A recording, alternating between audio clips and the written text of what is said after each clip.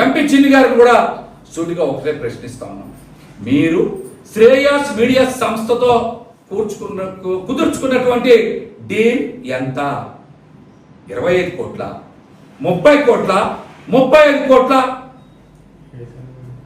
దీనికి కూడా మీరు సమాధానం చెప్పాలి. దీనికి కూడా మీరు సమాధానం చెప్పాలి. అట్లాగనే నిన్న మొన్నటి వరకు కూడా ఎన్టీఆర్ జిల్లాలో ఉండేటువంటి ప్రజాప్రతినిధులు ఎవరు కూడా విజయవాడ ఉత్సవానికి సహకరించాల, ఎవరు బయటికి రాలా, ఒక స్టేట్మెంట్ కూడా ఇవ్వరా. కానీ నిన్నటి నుంచి కొంతమంది బయటకు వచ్చారు. దానికి కారణం ఏంటో తెలుసా? వాళ్ళందరికీ కూడా కొంత పర్సు వెళ్ళింది.